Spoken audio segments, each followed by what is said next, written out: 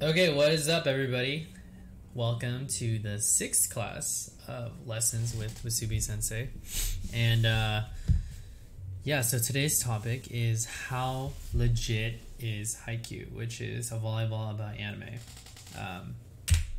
For those of you guys who haven't seen it, I think it's one of the best sports anime ever, but I might be biased because I played volleyball for most of high school. I played club too. And yeah, so today's lesson is going to be about how legit is volleyball, coming from a perspective of someone who played at a pretty high level for the sport. And the short answer is Haikyuu is very, very, very, very legit. They get so many things right. They help explain things for someone who's never even experienced it before. It's just a very solid thing. If you're curious about volleyball, want to watch an awesome, super hype anime, this is definitely the anime for you. So something that's cool about this anime is that they start you from the very, very beginning. So Hinata Shoyo is the main character. He starts off as the first character to introduce. I feel like the whole team kind of is the main character, but you follow Hinata for most of the beginning of the anime. He starts from the bottom of the heap, very, very, very start. He doesn't know how to play volleyball. He just sees this guy called the Little Giant, who's just this smaller guy who's playing in like the national level in Japan. He's about the same height as Hinata is, and he inspires Hinata to try to want to play the sport and get really good at it. So it's important because it allows the anime to teach its viewers how someone might come to play or even learn volleyball from the very start. And Hinata is a great main character because unlike Naruto or One Piece or any of the other shonen or a lot of other animes, he doesn't have some like crazy ability that's just innate that he was born with, or he was the chosen one, anything like that. He literally is just really fast and he's able to jump, which a lot of people kind of automatically assume that volleyball is a girl's sport and B, a sport that is heavily reliant on height, which it's not. If you can jump, you can compete with a lot of the big players up there. And also there's not just passing, there's back row positions that you can play. Volleyball is a 6-man sport, so there's so many different things. You don't have to be super crazy tall to play volleyball. And then commenting on a lot of people thinking it's a girls sport, I think that's actually one of the reasons the author chose guys volleyball instead of girls, because if it was girls volleyball, I feel like it would attract a lot of attention, or like it might be categorized in like the fan service because spandex are a thing. But I think just to remove itself from that and really focus on volleyball as a sport, I think they chose guys because it's not as popular. If you looked at I feel like media coverage for girls volleyball is a lot higher than guys volleyball. Other than I feel like maybe the Olympics, they might be kind of equal, but even then, like I think girls volleyball is just much more watched sport than guys volleyball. Right, and so going back, so explaining the game to non-volleyball players, they do a really, really, really good job of this. I wish if I started playing volleyball, I had this anime because they explain it so well, so easily, and it makes a lot of sense. So you don't have to know the rules of volleyball in order to watch this anime. They explain the positions. So for example, there's like a middle, which he defends against the opponent's offenses, score points, and mainly uses quick attacks, which is a perfect description for what a middle blocker or someone playing in the middle front position does. But then what's super cool is it also explains stuff that people who are in the sport more seriously will come to appreciate because it's very true. So in this scene, they're explaining how the role of the middle blocker isn't only to block the opponent's spikes. If you're shorter, if you just touch it, it slows the ball down and it makes it easier for your team to pass. So it's not always about getting the block, which a lot of people think it is. If you're able to, at a very, very, very high level, if you're able to just control the ball and make it come over to your side a lot slower, yeah, your team has a lot better chance to receive the ball and then make a play out of it. So second main point is the kimochi of volleyball, which I know like the word kimochi is kind of like has a different connotation for a lot of people, but kimochi in Japanese literally just means feeling or good feeling. And so with feelings, if you attach a different word to it, it can mean disgusting or like you feel gross or like you feel super angry. Like all those things can be attached to the word kimochi. But for volleyball right now, they get the feelings of like team camaraderie, wanting to prove yourself, just the feeling of when you hit a ball and it just connects and the ball, like the setter sets it, it's a perfect set, you go up and you spike it and hit the ball and everything just feels so fluid. That feeling is really hard to describe, but I feel like Haikyuu does a really, really, really good job of capturing that. And there's a lot of moments in volleyball, as with other sports, that are all very nonverbal. So maybe it's the setter is setting you, even though you've been messing up 3 times, like the past 3 balls you've been missing, but your setter trusts you and sets you that last ball and you kill it and you get the point. Like little things like that mean a lot when it comes to volleyball and some of the non-verbals that happen between between the players, not the character. I mean, I guess in this anime, the characters. It's also a sport which they also capture very well, where people often forget that it's a 6-person sport. Like you have 6 people on your team, including yourself. And this happens a lot of times to setters, where because the setter is kind of like the quarterback or like the playmaker, the person who is because he usually almost always touches the second ball, right? So he decides where they're going. He needs to keep track of who's doing well today, what the other team is set up as, like where their blockers are, if their left side blocker is very weak, like all these things like he has to think of. So it's really easy for this player who plays the setter, which they're usually the captain, to take things into their own hands and try to overcorrect and help the players kind of succeed, which ultimately a lot of times ends up biting them in the ass. For example, Kageyama is the setter. On his middle school team, he's like, oh my god, the blocks are right there. We need to speed up the set so that we can get past the block, which his intention is good. But if you set a ball way too fast and your hitter's not ready, like that's a bad set. You want to set the set that is perfect for your hitter, for them to do however they want to hit that shot. Remember, there's smart hitters, there's power hitters, there's hitters who like to go for swipes and touches and all this other stuff. So yeah, and if you continually do that, sorry, my roommate's singing.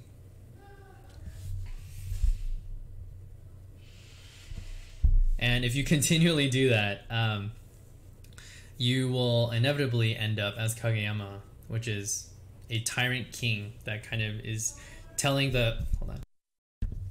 Sorry. So, yeah, if like Kageyama, if he's constantly forcing his players to play a certain way, they're going to treat him as like a tyrant king that's just telling everybody to follow his lead, which inevitably they might retaliate against him. And the feelings of losing a game, they get this emotion down so well. You feel sad, depressed. A lot of times you even cry because, yes, it's just a sport. It's just a game. But the amount of the amount of sweat and tears. I mean, maybe sometimes blood if you like rip open your finger when blocking a ball or something. The amount of effort that you've put into training for this game, and you putting all of everything you can into that one game and you still lose, that's a disheartening feeling. And they get that they allow their characters to experience that emotion so fully, which is one of the reasons why this anime is so hype, because you feel like you're right there on the court with them. And even though you lose, there's that moment, which I've had that moment. I know Braxton, I played with volleyball in high school. I'm sure he's had that moment. So many of the people that I've played with, they all have this moment, which Haikyuu, oh my, I know I keep saying Haikyuu gets it so right, but they get it so freaking right. There's that moment where, yeah, you might think, okay, I'm only playing this sport because I'm trying to do well to get into a good college or a good high school, or it's like good to work out. But that moment when you suddenly just invest and like really try and succeed, like Tsukishima did, it was just one block. This is just a club. But when that moment arrives for you and you feel it and it resonates with you and it just connects with like your soul, which I know that sounds kind of corny, but it connects with your soul. That is the moment that you're hooked on volleyball. And that is so, so, so true. I had this moment, I think when I was like 14, or maybe it was 15. I think it was 14s. And I was actually playing the middle position, and almost this exact same thing happened. At that moment, I was like screaming. My team was like, "Oh my god!" And there's just so much energy. And after that point, I've been hooked on volleyball ever since. It's such a social game. It's fun. If you play at a high level, it can be pretty competitive, but even at the low levels, it's still a fun sport for people to pick up. And the little nuances of volleyball, which I'm convinced that the person who wrote this manga either has to have played volleyball at a very, very high level, or was a parent to someone, either a daughter or son, who's playing at an extremely high level. Because the stuff that they understand and the feelings that they get right for the players and how the team is, how the coaches are, how the fans are, it's just there's no way he could have gotten it right, so right, without being a part of that world. It's impossible. I mean, the morning stretches, even these stretches, this is something that we did every single morning when we got into the gym. This is the first stretch that we do. It's so funny. This is in the first episode too. Watching footage of the other team, which I'm sure is true of a lot of other sports, but I remember our coach would make us go back and watch the tapes, and we'd literally spend, I want to say, 30 to 40 minutes per practice just watching another team play and pointing out what other players, their tendencies are like, what they enjoy playing or hitting, and like what angles they prefer. Does this person like hitting line, or this person likes hitting angle, or when the ball is this far back, usually this person will tip the ball. Like, all these things can be studied through by watching a tape, which a lot of people might say that, yeah, you can overstudy and be overthinking the volleyball game, which I do know players that do that, where they're like, okay, they're so focused on, oh my god, okay, I can't miss this tip, I can't miss this tip.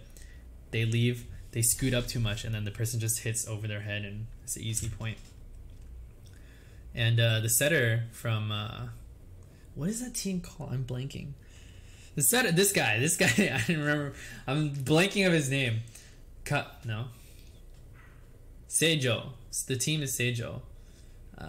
But he is like a perfect character. Actually, one of my setters that I played with is exactly like him. He was obsessed with like volleyball, and just wanted to make sure he knew everything, was watching videos by himself. But this guy's a lot better than my setter. I think it's just because he's like a fictional character and he was a lot taller and whatnot. But the work is real and it helps. And the feelings of playing on the court. This is something that is so true. When you get benched, or when you can't play because of an injury and you're sitting on the court, or sitting on the side of the court, like cheering your teammates on, that feeling of pride that you get when you finally are able to stand on the court with the team to fight against the other team and battle against them, that is something that every single player experiences 100%. And you take messing up very, very, very personally. If you mess up, it's because it's a team sport. You feel like you let down your team and all the other people that are on there, and you're like, oh god, like, dang it, like I let him down. And at that point, you want to prove yourself, prove to yourself, prove to your team, prove to the coach, prove to the people in the stands. You want that second chance. And Yamaguchi his storyline is one that hits very close to home, I'm sure, for a lot of players, especially me. Like, I've had this where I've messed up terribly and I'm like staring my coach down, like, put me in, you know?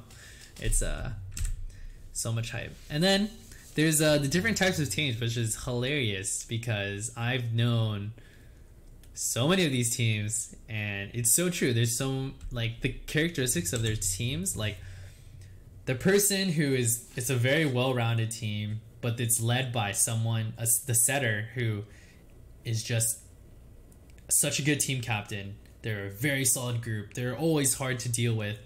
The setter just knows how to use their players to their full potential, and at the crux, the setter is just like the powerhouse, which a lot of times these are the teams that end up performing the best at the end, at the high levels, is a team with a setter who just is super smart and just knows how each player likes to play.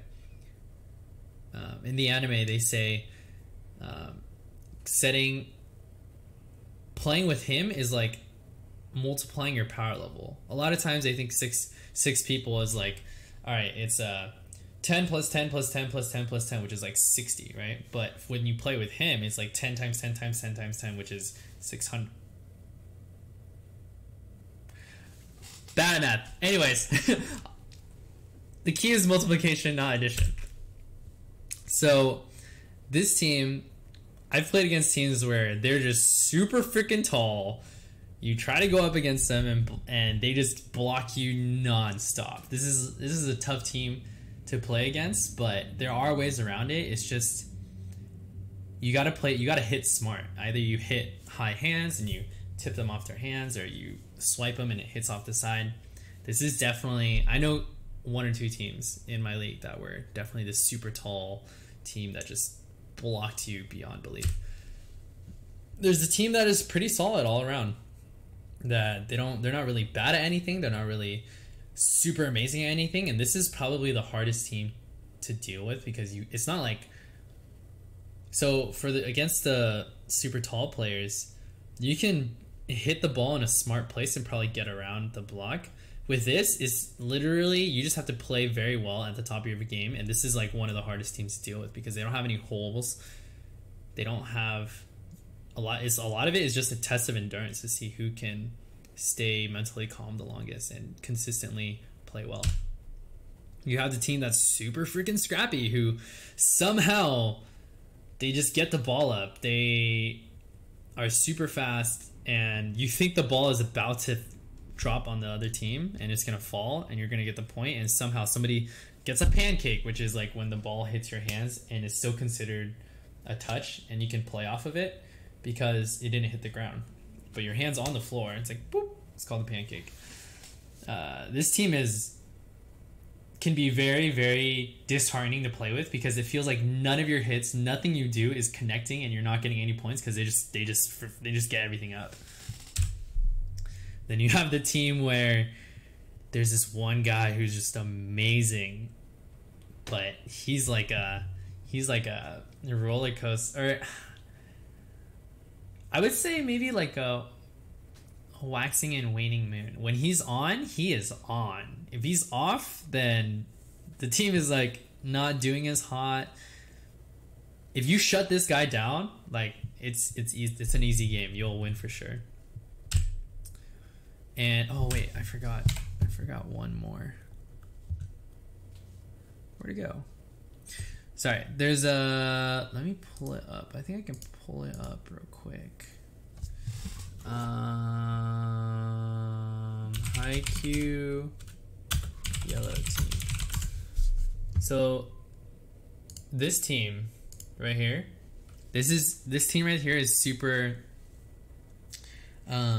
they're really funny because when we used to play, it used to be called Junior Olympics, but now it's called Junior Nationals because they realize they can't call it Olympics because they only have U.S. teams along with teams that are like U.S. territories, like Puerto Rico, playing with us. And this team is like a Puerto Rican team. the Puerto Rican teams can be super, super freaking good, but they're so emotional. They're literally like a roller coaster. If they're doing well and their team is super hype and they're like, yeah, that team is like unbeatable. Everything they do, there's nothing you can stop them. If they're in a good mood, they just steamroll teams. They just destroy. And it's funny because when you're in the earlier levels, like 12s, 13s, 14s, these teams almost always win junior nationals because they are super scrappy. They're just super athletic, and they're very it's kind of hard to have mental fortitude as a 13-year-old kid when you're playing these games, so they just dominate. But then once you get to the higher levels, and because I feel like volleyball in California, at least in the US, is it's a lot of white and Caucasian people. Everyone gets taller, right? So once you get to like 15, 16, everyone gets taller. The Puerto Ricans are still competing, but you gain some mental fortitude and you're able to sustain yourself past their super highs, and when they get low, that's when you capitalize. And then towards the end, I would say like 16s, 17s, and 18s age division for volleyball, none of the Puerto Rican teams are at the finals because it's they just can't sustain. It's like when you're younger, 12s, 13s, when you see another team that's steamrolling you and you're just getting destroyed, it's really disheartening. It's really hard to come out of that. But then later on, the coaches teach you how to handle it, and you're fine. But I thought this team was super funny because I'm surprised because this anime is from Japan. So the fact that they have like this kind of team, even in the anime, just like blows my mind because this is literally the Puerto Rican teams. They're so. And oh, by the way, just a small nuance. When you go to Junior Olympics, you play the tournaments, but you guys all get jerseys. And towards the end of the tournament, there's this tradition of teams trading jerseys with each other. So if you're playing on one of the top 3 teams, people always want to trade jerseys with you. On the other hand, if you're a Puerto Rican team, everybody else wants to trade jerseys with you because the designs of the Puerto Rican jerseys are super cool. They're super colorful and very out there. There's a lot of orange or like bright green, and it's just a tradition. I just thought I'd throw that in there I feel like that's not something a lot of people would know, but yeah. And with that, class is dismissed. I hope you guys enjoyed. I really, really, really like talking about this one. This is again one of my favorite animes, but it's because it hits so close to home because I played volleyball. But yeah, this is fantastic anime. If anybody's curious as to had ever thought, I wonder how legit and how close to like volleyball Haikyuu really is. They get almost everything right. The only thing I can think of that I was a little bit like, wait, what? Was, and it might just be a Japan thing versus a US thing, is the term ace. I've never heard that before. I don't know if that's just they wanted to hype it up because of the anime, like, oh yeah, you're the ace, you're the blah blah blah, or if that's actually a term in Japan. I have no idea. In the US, we kind of had an outside hitter, which is usually the best player on the team, who it's because you're hitting from the left, the court is a lot more open to you, and so if the setter's setting to you, they can just, wherever they are, they can just throw a ball to you, and you're most likely going to hit it in, or you can get a pretty solid hit on it because your body is facing open to the court, assuming that you're right-handed. And so we have the outside hitter, like, oh yeah, you're the outside hitter. People would just kind of assume, oh yeah, you're probably, I guess, in Japanese terms or in Haikyuu terms, like the ace. But yeah, other than that, I don't really know what else to say. Thank you guys so much for watching. Haikyuu, one of my favorite animes. Love volleyball, love anime. Such a good one to watch and a fun video to make. I hope you guys learned something from this because I think that I brought some interesting insights. And yeah, hope you guys enjoyed the video. OSOMATSU. See you guys in the next one.